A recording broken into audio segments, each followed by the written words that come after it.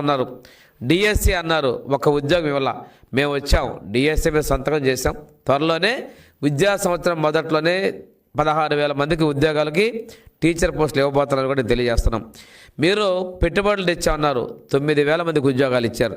మేము ఇప్పుడు సుమారుగా ఈ 7 నెలల్లోనే 6 లక్షల కోట్ల పైగా పెట్టుబడులు తీసుకొచ్చాం. 4 లక్షల పైగా ఉద్యోగాలు కల్పించడానికి అవకాశాలను కల్పించిన విషయాన్ని కూడా మేము ధైర్యంగా చెప్తా ఉన్నాం. మీలాగా కళ్ళబొల్లి మాటలు చేయడం లేదు. ఈరోజు సాక్షాత్తు ప్రధానమంత్రి గారే వచ్చి విశాఖపట్నంలో శంకుస్థాపన చేశారు. రైల్వే జోన్ తీసుకొచ్చాం, రైల్వే జోన్ ఆఫీస్ శంకుస్థాపన చేశాం. 5 ఏళ్ళు మీరు కాలయాపన చేశారు. నీ కేసుల కోసం కాళ్ళు పట్టుకోవడానికి ప్రయత్నాలు చేసేది తప్పితే ప్రజల గురించి నువ్వు వేనాడన్నా పట్టించుకున్నావా? అందుకే ఈ ప్రజలు నిన్ను చీకట్లోకి నెట్టిన విషయాన్ని కూడా గమనించుకోవాలని చెప్పి నేను తెలియజేసుకుంటూ, ఈ రోజున కర్నూలులో హైకోర్టు బెంచ్ కోసం ఒట్టొట్టి మాటలు చెప్పావు, 3 రాజధానులు అన్నావు, మోసం చేశావు.